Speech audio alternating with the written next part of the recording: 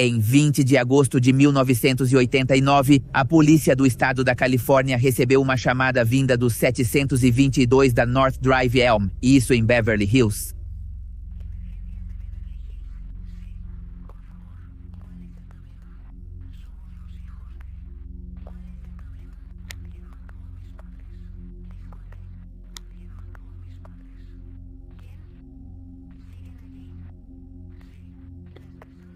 Fizeram? A quem você está se referindo? Não. Eles foram baleados? Sim, Eric. Cara, não faça isso. Eric, fique aí. A pessoa ainda está lá. Eu não acredito. O que aconteceu? Eu não sei. Quem atirou em quem? Eu não estava aqui. Acabei de chegar em casa. Chegou em casa e encontrou quem com tiros? Mamãe e papai. Sabe se as pessoas que atiraram neles ainda estão dentro de casa? Eric. Afaste-se deles. Tudo bem, espere. Deixe-me falar com Eric. Ele está histérico. Quem é a pessoa que levou tiros? Minha mãe e meu pai. Tudo bem, espere um momento. Estamos a caminho com uma ambulância. Tudo bem, eu preciso ir. Essa conversa seria apenas o início de um dos maiores circos midiáticos da história dos Estados Unidos, ou pelo menos no que diz respeito ao criminal. O caso não causou alvoroço apenas pela maneira como as vítimas foram assassinadas, mas também por quem puxou o gatilho. Os pais de José Menendez o enviaram para os Estados Unidos no ano de 1960, quando ele tinha apenas 16 anos. Pensaram que lá ele teria mais oportunidades do que em Cuba, sua terra natal, e estavam certos. Logo conseguiu emprego de contador em Nova York. Foi subindo degraus até conseguir criar sua própria gravadora, RCA Records. Este se tornou um dos mais famosos na história da música. Em 1963, casou-se com Mary Louise Anderson, apelidada de Kitty, e em 10 de janeiro de 1968, nasceu seu primeiro filho, Joseph Lyle Menendez. Nessa época, o casal já desfrutava de uma ótima posição econômica. Em 27 de novembro de 1970, chegou seu segundo filho, Eric Galen Menendez. Nessa época, a família morava em uma mansão enorme e luxuosa em Princeton, Nova Jersey. Os dois meninos foram educados na escola matutina de Princeton, uma instituição extremamente prestigiosa. Tudo indicava que ambos poderiam se tornar grandes profissionais um dia e acumular uma fortuna igual ou maior que a do pai. Em 1986, José conseguiu um novo trabalho em uma distribuidora de cinema chamada Carolco. Então toda a família se mudou para Los Angeles. Logo depois, eles se mudaram para o exclusivo bairro de Beverly Hills. Até então, Lyle já frequentava a Universidade de Princeton, enquanto Eric estudava no Instituto Beverly Hills High. De fora, como você pode perceber, a vida dessa família parecia um sonho. José havia se tornado um importante executivo de Hollywood, e todos viviam em uma imponente mansão de estilo mediterrâneo avaliada em 5 milhões de dólares. E como se isso não fosse o suficiente, anteriormente a residência havia sido habitada por estrelas como Elton John e Prince. Eles tinham carros de luxo, professores particulares e tiravam férias no exterior. Realmente não lhes faltava nada, eles tinham tudo, mas apesar desses privilégios, Lyle e Eric não pareciam satisfeitos. O comportamento deles ia de mal a pior até o ponto em que Lyles foi suspenso da universidade por colar em uma prova. Eric, por outro lado, acumulava resíduos por pequenos furtos na cidade de Calabasas, onde começou a estudar. Por sua vez, as esperanças de José de que seus filhos tivessem um futuro tão promissor quanto o dele estavam se desmoronando cada vez mais, mas ele pensava que era apenas uma rebeldia típica da juventude. O que ele ignorava era que ambos os meninos estavam cultivando um grande e intenso ódio por ele e sua esposa. No dia 20 de agosto de 1989, às 10 da noite, os disparos de uma espingarda Mossberg calibre 12 quebraram a calma do exclusivo bairro de Beverly Hills, onde os Menendez viviam. Os vizinhos ouviram aqueles sons estrondosos, mas preferiram não chamar a polícia. Alguns porque pensaram que se tratava de fogos de artifício, outros porque preferiam não se envolver em assuntos alheios. Porém, José é descuidado, muitas vezes deixando o alarme desligado e as portas abertas. De fato, semanas antes, seu Mercedes-Benz 560 havia sido roubado da entrada frontal semicircular da casa. Os vizinhos pareciam responder à lógica de que se os Menendez não se preocupavam com o que acontecia em sua casa, então eles também não se preocupariam. Então, apenas às 23h47, quase 2 horas após os tiros estrondosos, Lyle e Eric pegaram o telefone para discar o número do 911. O irmão mais velho relatou, bastante assustado, entre aspas, que havia voltado do cinema e encontrado seus pais sem vida. Alguém lhes havia tirado a vida, deixando-os irreconhecíveis. Os agentes rapidamente se dirigiram ao local do crime, na mansão da família, no 722 da North Drive Elm, em Beverly Hills, como eu te contava anteriormente. Olá, é o departamento de polícia, sim. Muito bem. Quero que saia da casa. Por favor, saia pela entrada principal. Eu preciso procurar meu irmão. Ao chegar, viram a cena horrível. Os corpos de José e Kiri jaziam no chão, ao redor de uma poça vermelha, de um mar vermelho. Seus rostos estavam totalmente desfigurados. José havia recebido um tiro a queima-roupa na parte de trás da cabeça que lhe causou pois tudo explodiu, uma explosão com... Até o cérebro saiu voando. Quem quer que tenha perpetrado o crime, por outro lado, o fez com bastante crueldade, sadismo. Horas depois, o detetive encarregado do caso deu uma coletiva de imprensa na qual declarou que já tinha visto muitos homicídios, mas nunca um tão brutal. Seria difícil descrever José como um humano que você reconheceria a esse ponto de brutalidade. No entanto, durante o primeiro interrogatório, Dio, de então 21 anos, e Eric, de 18, disseram que naquela noite tinham ido ver um filme no cinema. Ao voltar, se depararam com os corpos sem vida de seus pais. Afirmaram que a máfia a qual seu pai devia dinheiro havia cometido essa barbaridade, que a princípio a polícia seguiu a pista, principalmente porque tanto José quanto Kiri haviam recebido tiros nas pernas, marca típica do crime organizado. Além disso, investigaram outras pessoas próximas aos Menendez, mas algo dentro deles dizia que havia mais, que Lyle e Eric não estavam contando a história completa, e logo os 2 filhos do casal entraram no radar das autoridades. No dia 24 de agosto daquele ano, um dia antes do funeral, Lado gastou $15 mil em 3 relógios da marca Rolex. Mas isso não era tudo, porque no dia do enterro, quando estava na limusine da família, sentado ao lado da secretária de seu pai, Marcia Eisenberg, este descarado mostrou seus mocassins e disse entre risos: "Quem disse que eu não poderia preencher os sapatos do meu pai?" E depois, após o funeral, os 2 irmãos assistiram a uma partida de tênis do time US Open, do qual eram fanáticos. Pareciam, como você percebe, não estar realmente chocados, como se a morte de seus pais não importasse para eles.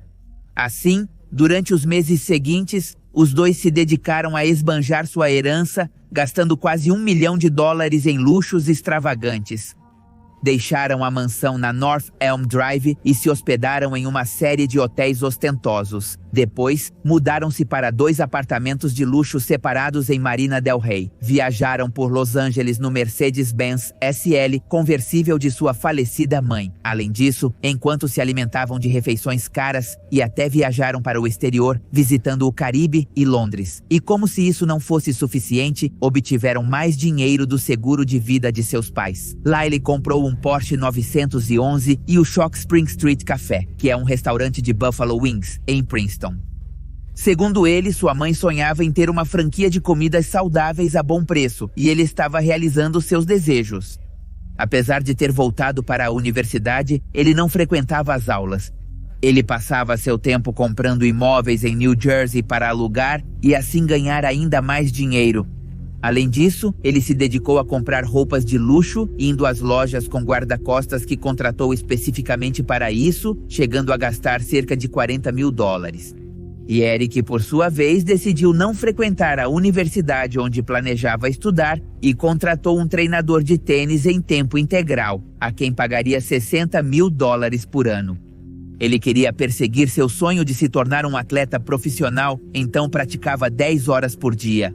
Eventualmente, ele chegou a competir em uma série de torneios em Israel, mas nem tudo era tênis ou estudos, pois ele também chegou a perder $milhões em apostas. E por último, Lyle criou uma campanha chamada Menendez Inversante Enterprise e contratou 2 amigos da universidade para aconselhá-lo em seus investimentos. Neste ponto, o jovem também havia abandonado seus estudos. Esses desperdícios chegaram aos ouvidos dos policiais, que acharam mais do que estranho que os dois jovens estivessem gastando a fortuna de seus pais em vez de guardar luto. Eles então começaram a investigá-los pouco a pouco sem conseguir nenhuma prova contra até que um dos dois irmãos decidiu falar. No dia 31 de outubro, Eric foi à consulta de seu psicólogo, o Dr. Jerome Ozeal, e disse ao profissional que se sentia extremamente culpado por um fato e que queria confessá-lo. Ele relatou que no dia 18 de agosto de 89, ele e seu irmão foram a uma loja em San Diego, a mais de 100 quilômetros de sua mansão, onde compraram 2 espingardas calibre 12 Mosenberg, as que eu mencionei anteriormente. A ABC News conseguiu descobrir que as espingardas calibre 12 foram compradas na loja Sporting Wood em San Diego no dia 18 de agosto, 2 dias antes do assassinato.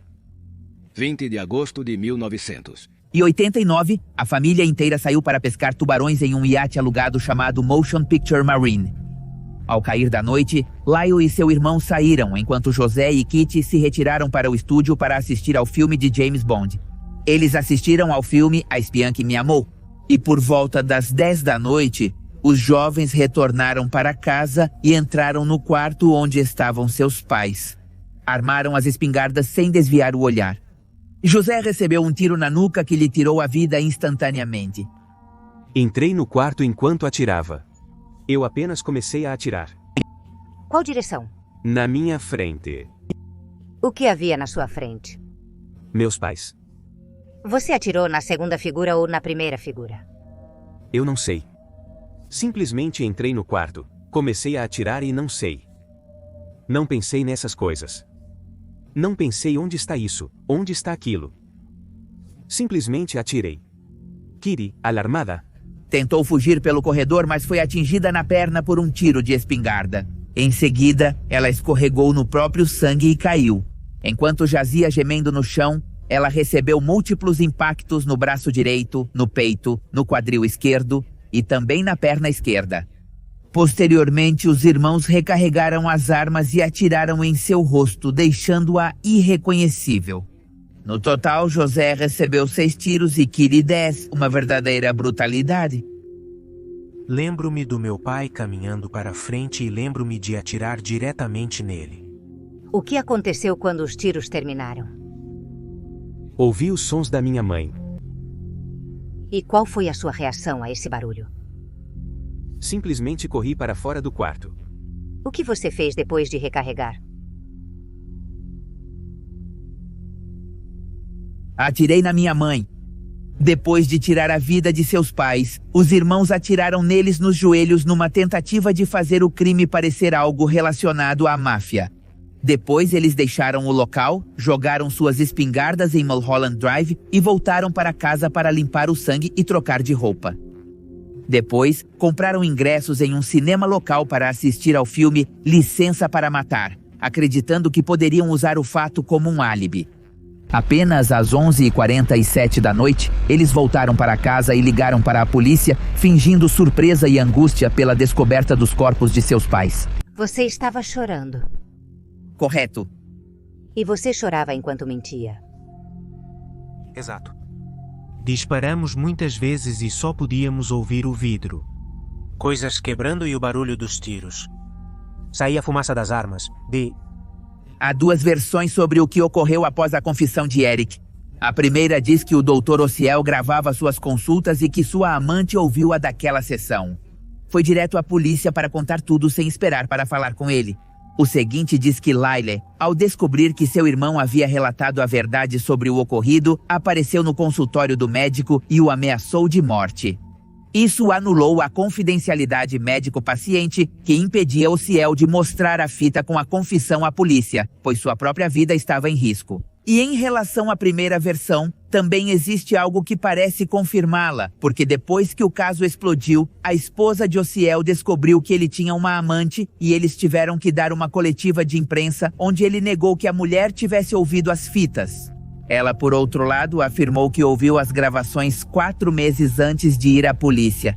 Mas o que se sabe com certeza é que, neste ponto, os agentes não só tinham as fitas a seu favor, como também podiam usá-las para acusar os irmãos de parricídio. Lyle finalmente foi preso em 8 de março de 1990 em Beverly Hills.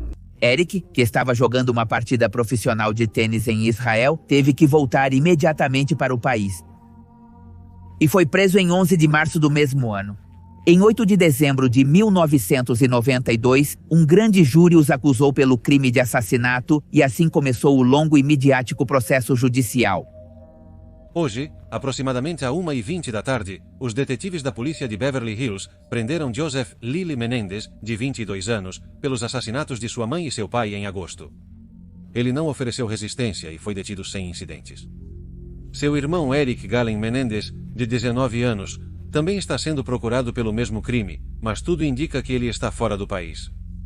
Depois de muitas idas e vindas em que a defesa dos irmãos tentou que as fitas não fossem usadas no julgamento, o mesmo começou em 1993. Até então, o caso havia chegado a todos os programas de televisão e os cidadãos estavam completamente cientes de tudo o que estava acontecendo a respeito, mesmo se faziam piadas em alguns programas de comédia. A situação escalou até o ponto em que a rede norte-americana KOI TV conseguiu transmitir o julgamento ao vivo e em direto. Agora, quando voltou para casa, o que fez? Entrei no quarto onde estavam meus pais. Poderia voltar um pouco? Por que ele fez isso? Eu não sei. Simplesmente não pude me conter, fui atraído para o quarto. Na verdade, eu não queria entrar, mas não pude evitar. E ao entrar, como isso te afetou, se é que te afetou? Só comecei a chorar muito mais, em certo momento comecei a gritar, foi horrível e eu não conseguia suportar o que via. Você se recorda de ouvir a gravação da ligação para o 911 que foi reproduzida? Sim. Você estava no mesmo quarto com seu irmão enquanto ele ligava para a polícia? Não. Você estava no mesmo andar da casa? Não. Onde você estava quando seu irmão chamou a polícia? Acho que eu estava na sala de estar. Quer dizer, eu não sei exatamente em que momento ele estava ao telefone com a polícia. Presumo que quando ele subiu as escadas. Mas depois disso, eu voltei para a sala de estar. Você estava na sala de estar e ele foi te buscar? Sim. Ele te tirou de lá? Sim. E ele subiu? Sim. E você voltou para dentro? Quando ele subiu as escadas, o que você fez? Voltei para a sala de estar. E você não sabe por quê? As luzes ainda estavam acesas? Sim. E quando foram acesas? Quando recolhíamos as cápsulas. Chamou a polícia? Eu chamei a polícia. Essa foi a gravação do 911 que foi reproduzida aqui no tribunal? Sim. E nessa fita você está chorando? Sim. Isso foi real? Sim. Por que ela estava chorando? Por quê? O que o angustiava? Apenas o choque, não acreditar que isso estava acontecendo comigo e que meus pais estavam mortos e estar prestes a chamar a polícia. Sozinho, é muito difícil descrever. Aquele fim de semana, e o estresse, o medo e nervosismo e o desmoronamento dos sentimentos. Eu me sentia muito marginalizado o tempo todo. Quanto mais se aproximava o que acabou acontecendo, e até então eu estava muito sensível. E chorando apenas por chorar. Eu não sei. Desmoronando. Tudo parece indicar que os irmãos seriam condenados não apenas pelo horrível ato, mas também pela frieza com que chamaram a polícia e fingiram dor pela descoberta. No entanto, Leslie Abramson, a advogada de defesa, relatou algo que deixou todos os presentes de boca aberta e que fez o caso tomar um rumo de 180 graus. A única pergunta neste caso é: por que esse crime ocorreu? Não há dúvidas sobre quem matou José e Marie-Louise Menendez. Por que foram assassinados? Será o foco de nossa evidência. Argumentou que os irmãos haviam agido movidos por uma infância de abusos físicos, psicológicos e sexuais nas mãos de seu pai, um suposto tirano controlador e violento. Eric Menendez foi o filho abusado de pais ricos. A origem deste assassinato foi uma vida de abusos. Ele até acrescentou que foi um ato de autodefesa, já que meses antes do crime, Lyle e Eric se confrontaram com José. Disseram-lhe que se os golpes e as violações não parassem, tornariam a situação pública e arruinariam sua reputação para sempre. Em seguida, o pai ameaçou tirar a vida dos filhos. Que, por sinal, o primeiro a declarar sobre os abusos foi Eric. De que você e seu irmão acabem atirando em seus pais. Eu dizendo a Lily que... Você dizendo a Lily que... Seu pai teve contato sexual com você? Estávamos no banheiro e eu tive que fazer isso. Ele usou objetos. Que tipo de objetos? Escovas de dentes e utensílios de barbear. Ele tentou te tratar com algo mais? Ele fez. Você estava assustado? Você pediu para ele não fazer isso? Como você pediu para ele não fazer isso? Eu simplesmente disse a ele que... E além disso, a defesa tinha um testemunho sobre os fatos. Andy Cano, primo dos irmãos, afirmou que Eric contou a ele sobre os abusos que sofria por parte de seu pai quando tinha apenas 12 anos. Ele me disse que seu pai estava... massageando seu... Mas...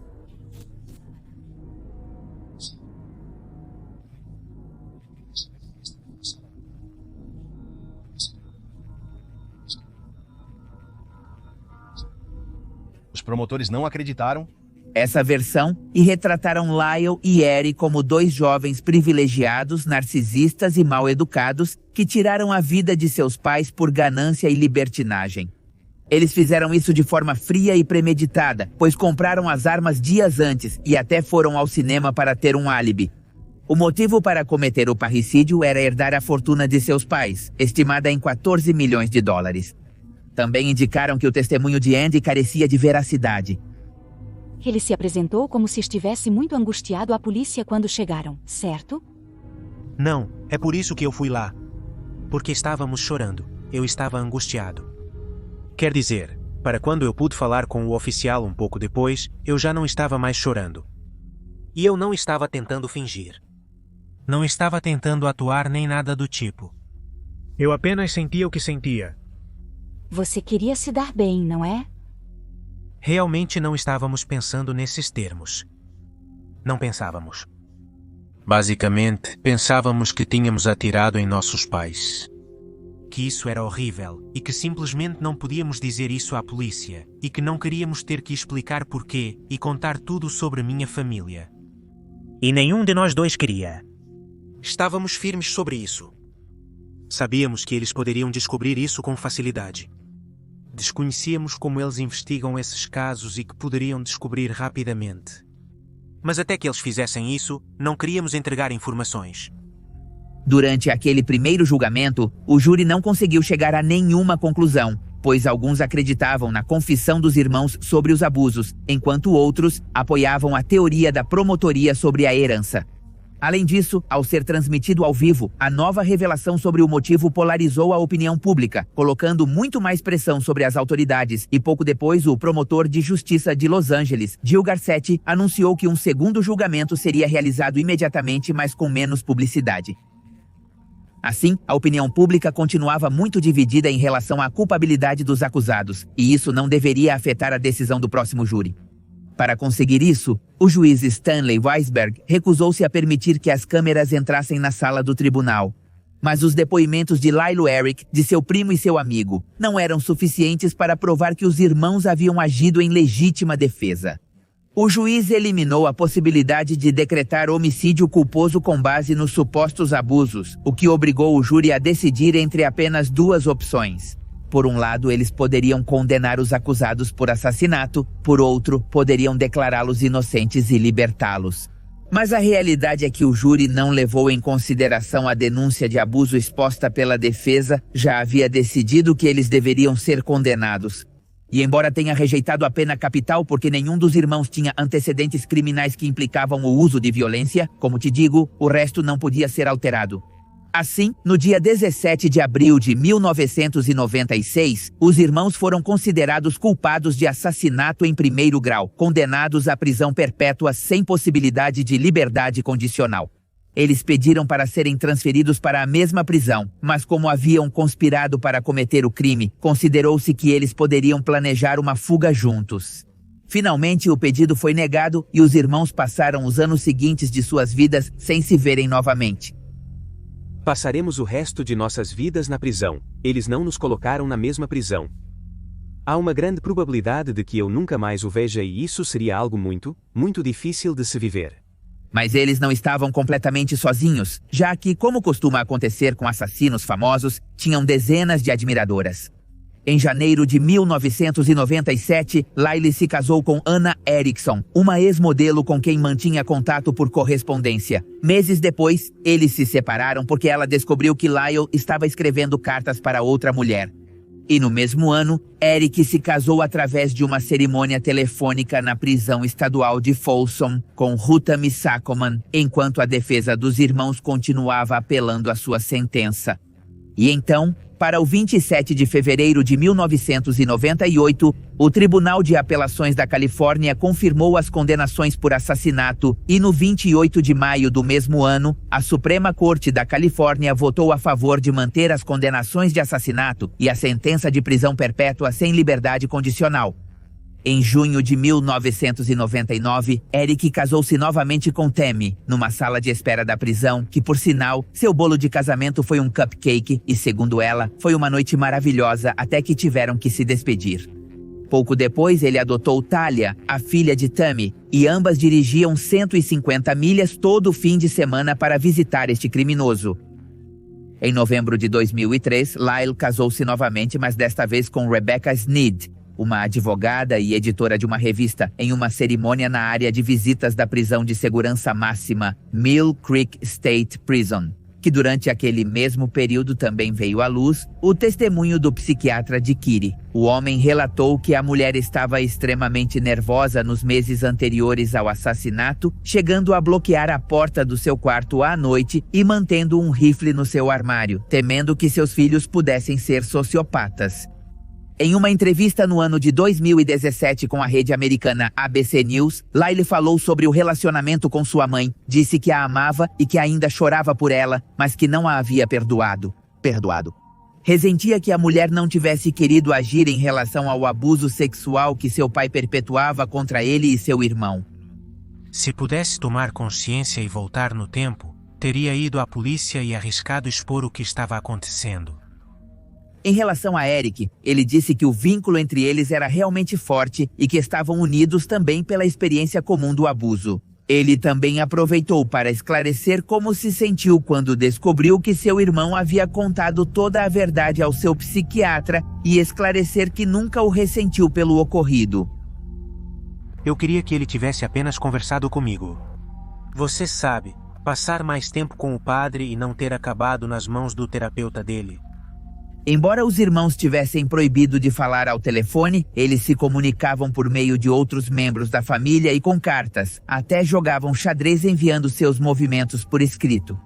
Mas isso não era suficiente, e eles queriam estar juntos novamente. Então Eric solicitou em 6 ocasiões que fosse transferido da prisão no norte da Califórnia para a penitenciária, onde seu irmão Lyle estava no sul do estado. Somente em 2018, os irmãos conseguiram ser transferidos juntos para a mesma penitenciária em San Diego, que, embora não compartilhassem a mesma cela, era permitido que se reunissem e...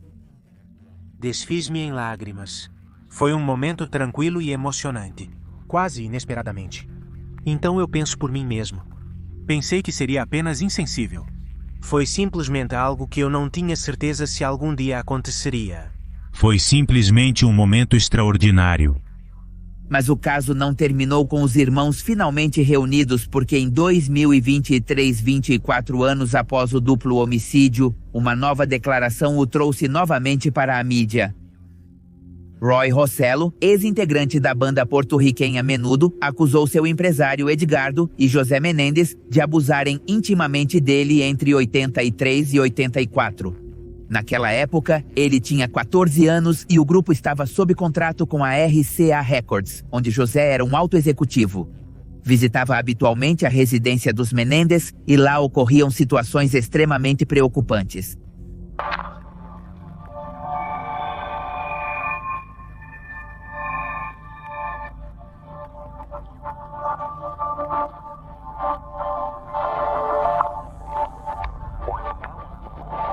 Eu Eu me sento na mesa de jantar e havia outro... Menendez sentado na mesa. Aí Ricardo começou a falar com José Menendez, estilo outro, e Menendez me serve taça de vinho com conteúdo desconhecido.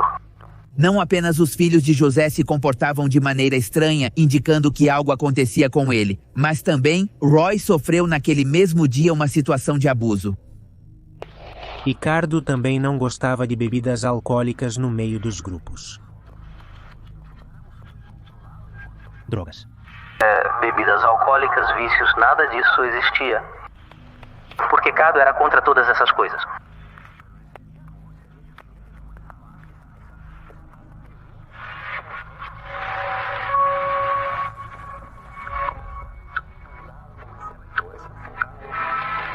Eu senti alguém me carregando e essa pessoa era José Menendez, que estava me carregando e me levando para o quarto dele.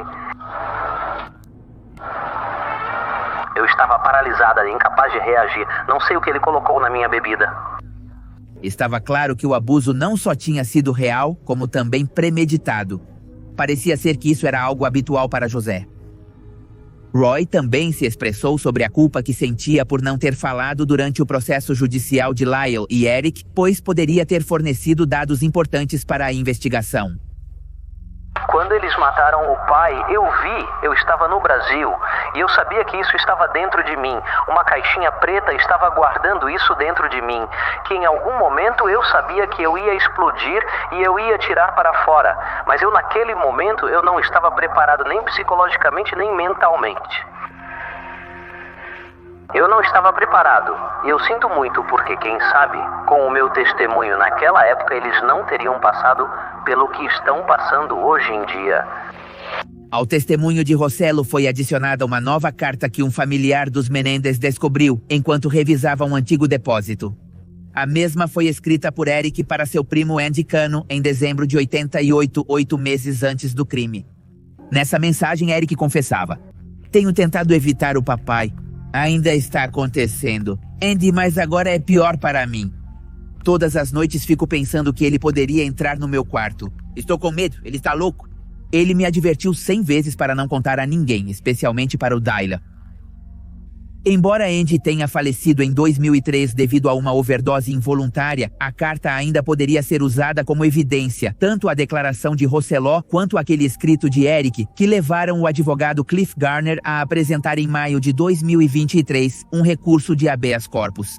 Ele solicitava que as condenações fossem anuladas por considerar que essas novas evidências eram suficientemente sólidas e relevantes para reabrir o caso. Garner garantiu que, se essas evidências tivessem sido consideradas, os Menendez deveriam ter sido condenados por homicídio culposo em vez de assassinato premeditado, resultando em uma sentença mais leve. Até a data da realização deste vídeo, Lyle e Eric continuam cumprindo suas respectivas penas na prisão. Embora admitam ter puxado o gatilho, sustentam que agiram por medo e em legítima defesa, após suportar uma vida de abusos físicos, emocionais e sexuais nas mãos de seu pai. Garner espera a decisão crucial de um juiz que poderia mudar o rumo desta história, que, embora ainda não esteja fechada, sim, mas ficará então nas mãos da Promotoria do Condado de Los Angeles decidir se os irmãos devem ser julgados novamente ou não. Mas, devido à nova repercussão midiática do caso, no dia 19 de setembro do ano 2024, será lançada uma minissérie na Netflix da antologia Monster, onde será abordada a famosa história dos irmãos. O título é Monsters, Dalai Lama na Eric Menendez Story e se juntará à longa lista de filmes sobre o parricídio. Lembre-se, no canal Pepe Mistério, vídeos são postados terças, quintas e sábados. E no Pepe Mistério, segundas, que é o dia da entrevista, quartas, sextas e domingos.